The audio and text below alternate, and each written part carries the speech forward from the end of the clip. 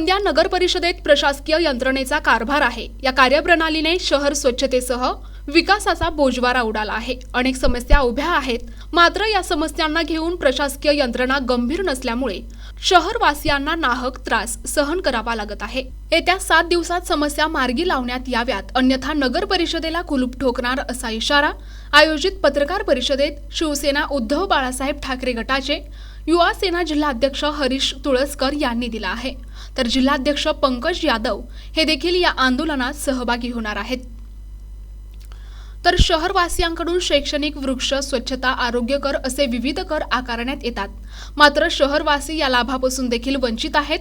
तर घरकुल योजनेची किस्त लाभार्थ्यांना अजून मिळाली नाही, तर नगर परिषदेच्या अधीनस्थ अनेक शाळा बंद आहेत। दुसरीकडे खासगी शाळांना परवानगी देण्यात येत आहे। माता रमाई योजनेअंतर्गत लाभार्थी लाभापासून वंचित आहेत। शिवाय जुनी इमारत नष्ट करून नवीन इमारत बांधकामासाठी आलेला 30 कोटींचा निधी पडून आहे, तेव्हा पालिकेचे बांधकाम त्वरित करण्यात यावे। स्वच्छता आणि कचरा गाडीच्या टेंडरमध्ये आणि वजन काट्यात होणारी हेरफेर थांबण्यात यावी।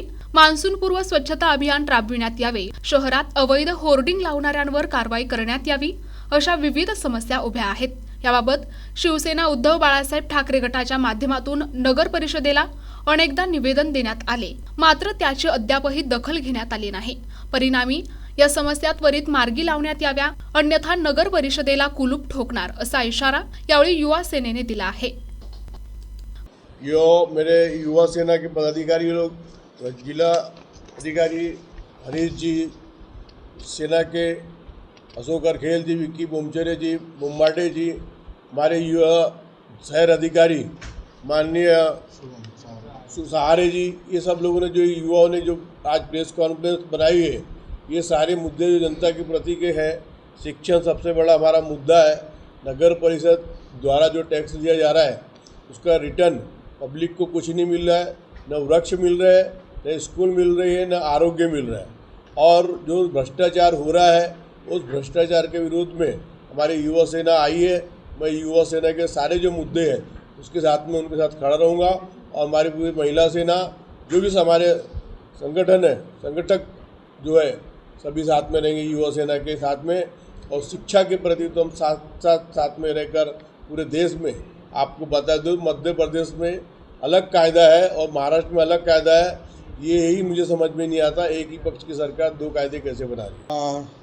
आज जी पत्रकार परिषद होती ते आगामी नगर परिषदची निवडणुकाकरिता होती, आणि दुसरा असा विषय होता की गोंदिया नगर परिषदमध्ये खूप प्रकारची धांदली चालून राहिली।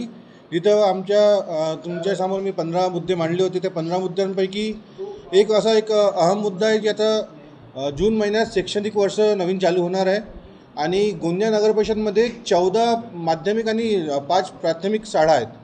तर त्या शाळेकरिता नगर परिषद लोकांकडनं 1,27,00,000 रुपये वसूल करते, पण या शाळांची व्यवस्था दुर्दशा केलेली आहे।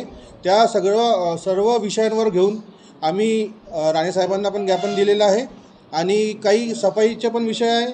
सगळं विषयाला घेऊन आम्ही, जर नगर परिषद याच्यावर लक्ष देणार नाही तर निश्चितच येणाऱ्या 7 दिवसात आम्ही नगरपालिकेला टाळा ठोकण्याचे काम युवा सेनेद्वारे करणार आहोत। प्रतिनिधी राधा किसन चुटे, NTV न्यूज मराठी, गोंदिया।